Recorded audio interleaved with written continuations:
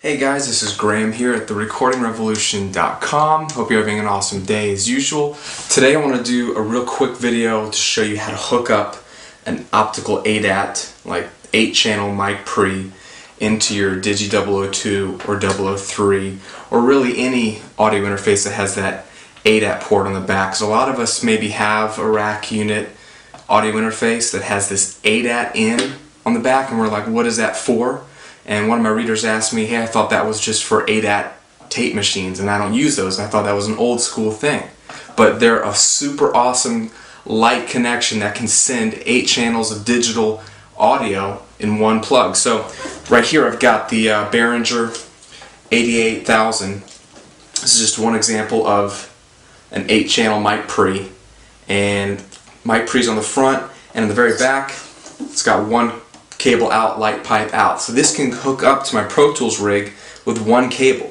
And all you need is an ADAT optical cable or a Toslink cable. It's a really thin, super simple cable, super cheap, that sends a laser beam basically from this box to your 002. So let's take a look at the back. I'll show you how to plug it up and how to get set in Pro Tools. So here we have the 88,000 sitting right on top of the Digi 002, and again this is going to work with a 003 or really any audio interface with an ADAT input on the back. And so now we're looking at the back of the units, and all we're really going to do to make this work is take the ADAT optical output of the Behringer and run it to the ADAT optical input of the 002. So you simply grab your Toslink cable, and right up here it says 8-channel digital I/O, run the output of that, take the other end of your same cable and run it to the input optical on the 002. And that's it. It couldn't be any easier. And then the only other thing you want to watch out for is setting the right sample rate and clock. Either on the back of the unit or the front of the unit. In this case, right here in the back, you can choose the sample rate, 44.1 or 48, and if this is going to be the slave or the master. So to connect these two, because they have to be synced digitally, you want to make sure that one is going to be in charge of the time. And so in this case, I want to make the Behringer unit the master, and I'm going to have the 002 in Pro Tools sync to it and follow along. So I have it set to master 44.1, and I'll show you in Pro Tools how to set that up so that your 002 follows along and they work together in perfect harmony.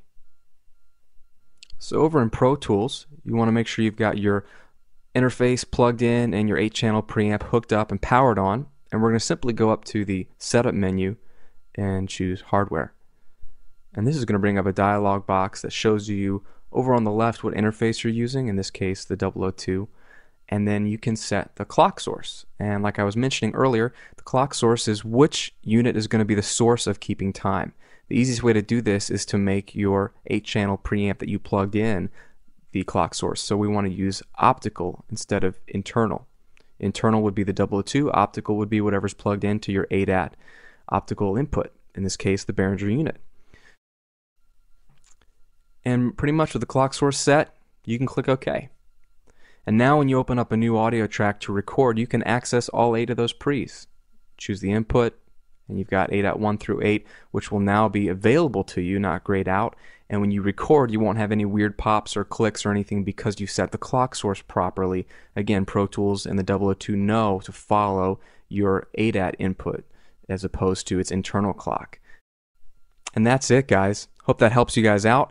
Again, this is Graham here at therecordingrevolution.com.